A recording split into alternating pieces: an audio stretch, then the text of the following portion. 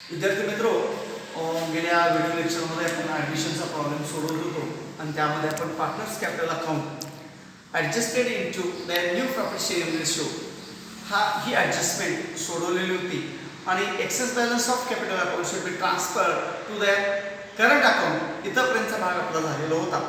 आज आपल्याला त्या प्रॉब्लेमची बॅलन्स शीट पाहिजे आणि ही बॅलन्स शीट तयार करत असताना आपल्याला बॅलन्स शीटला डेट लिहिणं फार गरजेचं आहे. बॅलन्स शीट ॲज ऑन कोणत्या तारखेची आहे ही तारीख लिहिणं गरजेचं असतं आणि ही तारीख on which date a new person should be admitted into firm that date should be balance sheet date. ज्या तारखेला आपण नवीन व्यक्तीला भागीदारी संस्थेमध्ये भागीदार करून घेतो ती तारीख या बॅलन्स शीटला द्यायची असते. कारण का ही बॅलन्स शीट आपण जी ठेवायला लागलोय ती न्यू फर्मची बॅलन्स शीट आहे. प्रॉब्लेममध्ये जी दिलेली बॅलन्स शीट असते ती ओल्ड फर्मची जुन्या पार्टनरची बॅलन्स शीट असते आणि after the revaluation of asset and liabilities and liabilities due to the addition of a new person, a balance sheet should be created. It is a new balance sheet. एखाद्या नवीन व्यक्तीला balance भागीदारी संस्थेमध्ये प्रवेश दिल्यानंतर asset and लायबिलिटीचं जे पुनर्मूल्यांकन आपण करतो आणि ते पुनर्मूल्यांकन झाल्यानंतरची जी बॅलन्स शीट आपण तयार करणार आहोत त्या बॅलन्स शीटला आपण नवीन फर्मची बॅलन्स शीट असं म्हणतो.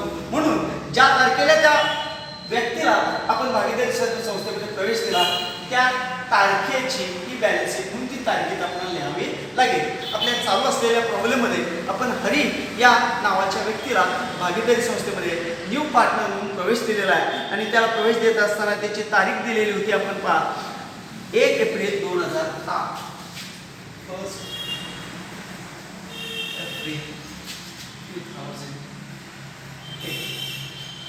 त्यानंतर आपण बॅलन्स शीट मेंटेन करणार आहोत. आता ही बॅलन्स शीट मेंटेन करत असताना जुनी जी बॅलन्स शीट दिलेली आहे त्या बॅलन्स शीट मध्ये असेट्स आणि त्या बॅलन्स शीट मध्ये लायबिलिटी येणार आहे कुठेपर्यंत जोपर्यंत ऍडजस्टमेंट मध्ये त्या एखाद्या असेट आणि लायबिलिटी विषयी क्लिअर इन्फॉर्मेशन दिलेली नसेल तोपर्यंत. जर बॅलन्स शीट मध्ये सांगितलं असेल एखादा असेट पूर्णपणे विकलेला आहे नामशेष झालेला आहे तर तो असेट या ठिकाणी आपल्याला घेता येणार नाही किंवा एखादी liability should be paid liability दिलेली आहे असं सांगितलं असेल तर ती लायबिलिटी या न्यू फर्म मध्ये येणार नाही. अन्यथा जे जुन्या बॅलन्स शीट मध्ये असेट होते आणि जुन्या बॅलन्स शीट मध्ये ज्या लायबिलिटी होत्या त्या आपल्याला घ्यायच्या आहेत. थोडक्यात आपण प्रॉब्लेम सोडवत असताना जो अनडिस्ट्रीब्युटेड बॅलन्स ऑफ प्रॉफिट होता त्याचं डिस्ट्रीब्युशन केलेलं असतं ते सोडून इतरच्या असेट अँड लायबिलिटी या न्यू फर्मच्या बॅलन्स शीट मध्ये आपल्याला घ्याव्या लागतील. आता दिलेल्या प्रॉब्लेम मध्ये कोणकोणते असेट होते पहा. लँड अँड बिल्डिंग होते. लँड अँड बिल्डिंग याच्यावर ऍडजस्टमेंट आहे. It is to be increase त्यामध्ये वाढ झालेली होती त्यामुळं त्याची जी ऍडजस्टमेंट आहे ती आपण नंतर करणार आहोत. लँड अँड बिल्डिंगची अमाऊंट आहे 3,40,000. त्यानंतर दुसरा असेट होता स्टॉक. याच्यावर कोणत्या प्रकारची ऍडजस्टमेंट नव्हती त्याच्यावर पण ऍडजस्टमेंट आहे तो म्हणून तो इनरला घेतला पाहिजे 25,000.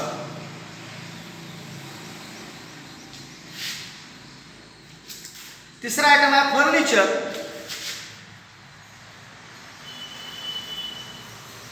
फर्निचरवर सुद्धा ऍडजस्टमेंट होती त्यामुळे ते सुद्धा इनरला घेतलं पाहिजे 1,10,000.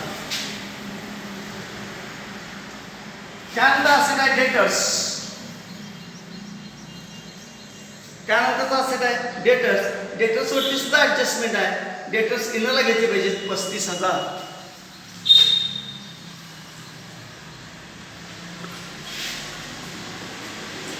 डेटर्स नंतर इन्व्हेस्टमेंट याच्यावर मात्र कोणती ऍडजस्टमेंट नाही आहे तसा आउटरला घ्या. डेटरच्या खाली एक ओळ सोडून इन्व्हेस्टमेंट डायरेक्ट आउटरला जाऊ दे याच्यावर कोणती ऍडजस्टमेंट नाही आहे 1,20,000.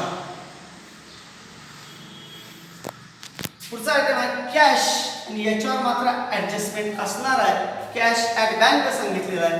कॅश ॲट बँक याच्यावर कोणती ऍडजस्टमेंट असणार आहे. जो इनकमिंग पार्टनर आहे त्याने कॅपिटलसाठी जे कॉन्ट्रीब्युशन केलेलं आहे ते इन कॅश मध्येच असतो आणि त्यामुळं कॅशवर ऍडजस्टमेंट आहे ते इनरला घेतलं पाहिजे. कॅश ॲट बँक त्याचं 1,10,000. त्याच्यावर ऍडजस्टमेंट आहे. अशा पद्धतीने असेट साईड ट्रान्सफर झाल्यानंतर लायबिलिटी साईडला त्यांच्या लायबिलिटी कोणत्या कोणत्या आहेत? क्रेडिटर्स आणि बिल्स पेएबल.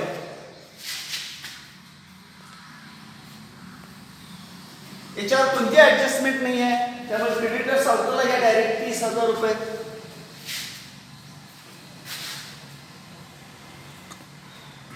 त्यानंतर बिल्स पेएबल याच्यावर सुद्धा कोणती ऍडजस्टमेंट नाही आहे. हे डायरेक्ट आउटरला घ्या. बिल्स पेएबल आहे किती? 55,000.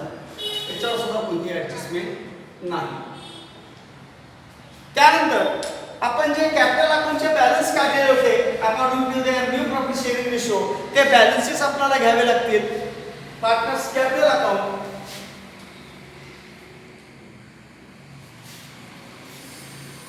पहिला आपला पार्टनर आहे राम, त्यानंतर कृष्णा आणि त्यानंतर हरी. रामचं कॅपिटल आलेलं होतं पहा 2,25,000.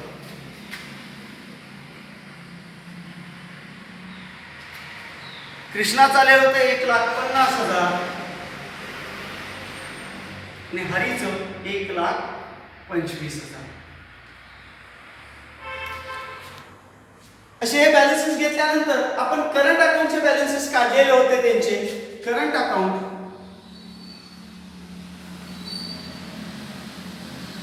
दोघांचे जे ना राम आणि कृष्णाचा बॅलन्स आला होता. करंट अकाउंटचा रामचा बॅलन्स होता 1,77,400, 1,77,400 आणि कृष्णाचा आला होता 1,57,600.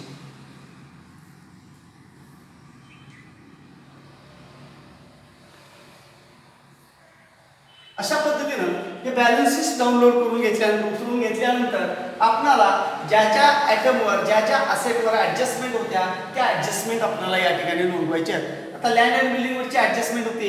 Land and building should be appreciated. Appreciated म्हटल्यानंतर ऍड करायला पाहिजे इन्क्रीज. लँड अँड बिल्डिंगची किंमत इन्क्रीज झालेली आहे आणि ती इन्क्रीज झाली होती 68,000. बेरीज करून नंतर आपण आउटपुट स्टॉकच्या किमतीमध्ये घट झालेली होती, डिक्रीज झाले होतं. लेस डिक्रीज. किती डिक्रीज झाले होतं स्टॉकच्या किमतीमध्ये? 1,250. याचं पोस्टिंग आपण प्रॉफिट अँड लॉस ऍडजस्टमेंट अकाउंटवर केलेलं आहे. डिक्रीज झाला असेल तर प्रॉफिट अँड लॉस अकाउंटच्या डेबिटला होतं आणि इन्क्रीज झाला असेल तर प्रॉफिट अँड लॉस ऍडजस्टमेंट अकाउंटच्या क्रेडिटला ते पोस्टिंग होतं. त्यानंतर डेटर्स कडून आरडीडी काढायला सांगितलं होता. आरडीडी किती आला होता तो आपला? 1,750. हे वजा करून आपल्याला घ्यायचे. आणि फर्निचर मधून सुद्धा 11,000 रुपये डिक्रीज झालेले होते. डिप्रिशिएशन आहे किंवा डिक्रीज असं लिहिलं तरी सुद्धा चालतं. डिप्रिशिएशन किंवा डिक्रीज ते 11,000 रुपये कमी झालेली. यानंतर कॅश मध्ये हरीचं कॅपिटल ऍड करायला पाहिजे. Add Hari's capital. हरीनं कॅपिटलसाठी जे कॉन्ट्रीब्युशन आणलेलं आहे ते ऍड करायचं आहे. त्याने कॅपिटलसाठी आणलेले होते 1,25,000. त्याचबरोबर त्यानं गुडविलसाठी पैसे आणलेले आहेत असं प्रॉब्लेम मध्ये सांगितलेलं आहे, परंतु ती फुल व्हॅल्यू ओल्ड पार्टनरनी काढून घेतलेली आहे. हरी त्याचा शेअर इन कॅश मध्ये गुडविलसाठीचा शेअर त्यानं आणलेला आहे. हरीनं इन कॅश मध्ये गुडविलचा शेअर आणलेला आहे. But old partners have withdrawn the amount of goodwill, so we have to be posted in debit side of partners capital account. Partners capital अकाउंटच्या debit साइडला goodwill withdraw केल्याची नोंद आपण केलेली होती. त्यामुळं इथं गुडविलचे पैसे इथं ऍड करता येणार नाहीत. जर ओल्ड पार्टनरनी गुडविल विथड्रॉ केली नसती तर इथं ती गुडविलची अमाऊंट आपल्याला इथं नोंदवावी लागली असती. जर incoming partner goodwill brought in cash असेल and old partners didn't withdraw on the amount of goodwill असं असेल, जे गुडविल इन कॅश मध्ये आली आणि ओल्ड पार्टनरने विथड्रॉ केली नाही असं असेल तर गुडविलची अमाऊंट इथं आपल्याला कॅश मध्ये ऍड करावं लागेल. इन कॅश मध्ये गुडविल आणली असेल तर आणि गुडविल रेअर झाली असेल तर मात्र गुडविल इथं स्पेशल गुडविल असेल दाखवावं लागेल. असेल गुडविल इथं लिहावं लागेल आणि त्याची अमाऊंट आपल्याला आउटरला घ्यावी लागेल. किंवा only goodwill is to be raised. If it is to be written off असेल तर मात्र पार्टनर्स कॅपिटल अकाउंटच्या डेबिट साईडला, ऑल पार्टनर्स कॅपिटल अकाउंटच्या डेबिट साईडला न्यू रेशोमध्ये आपण ते नोंदवणार आहोत. आता हे जे जे वजाबाकी आणि बेरजा करायचे, गणितीय क्रिया करायचे, ते गणितीय क्रिया करूया आणि अमाऊंट सगळ्या आउटरला घेऊया. 3,40,000 मध्ये 68,000 आपले ऍड होणार आहे. उद्या बेरीज किती येते? 4,08,000 बिल्डिंग. त्यानंतर स्टॉक मध्ये लेस करायचा आहे 1250. चल 3 म्हणजे 7, चल 2 म्हणजे 3, 23,750. स्टॉकची व्हॅल्यू अवेलेबली 23,750. फर्निचर 1,10,000 मधनं 11,000 वजा करायचे म्हणजे 99,000 आउटरला येतं. उद्या वजाबाकी करूया आपण.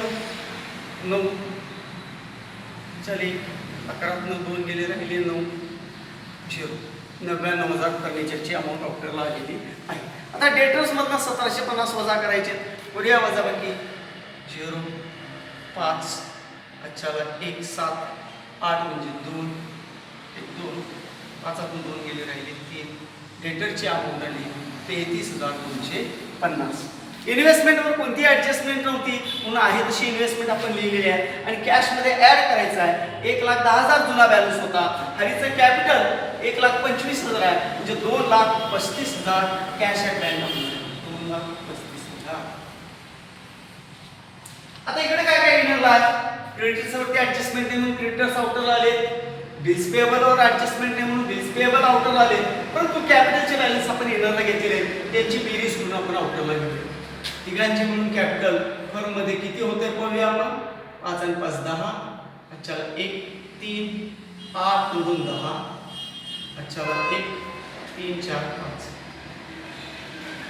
5 लाख रुपये फर्मचं कॅपिटल आहे. या पार्टनरशिप फर्मचं टोटल कॅपिटल 5 लाख आहे. त्यापैकी रामचं 2,25,000 आहे, कृष्णाचं 1,50,000 आहे, हरीचं 1,25,000 आहे. आता करंट अकाउंटचा बॅलन्स किती येतोय? फर्म मध्ये एकूण करंट अकाउंट किती आहे? दोघांचे आहेत आणि त्यांची टोटल अमाऊंट किती येते ती पाहूया. 0 0 चल 8 आणि 6 14. चल 6 आणि 7 13. 3,34,000. पुन्हा एकदा बेरीज करा. 0 6 आणि 4 10 0. चल 1 8 आणि 6 14,400. चल 6 आणि 7 13 3. चल 1 3,34,000. टोटल करंट अकाउंटचा बॅलन्स आहे 3,34,000. त्यापैकी रामचा आहे 1,76,400 आणि कृष्णाचा आहे 1,57,600. अशा पद्धतीनं जे असेट आणि लायबिलिटी आपणाला ओल्ड बॅलन्स शीट मध्ये दिलेली होती त्याचं पोस्टिंग आहे, त्याच्यावरचे ऍडजस्टमेंट आपण केलेले आहे. आता लायबिलिटी साईडची टोटल करायची आणि असेट साईडची टोटल करायची, ती इक्वल आली पाहिजे येणं गरजेचं आहे.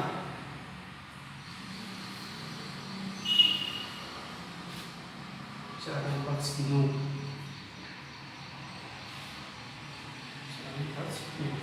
3 3 आणि 5 8 8 आणि 3 11 1 चला 3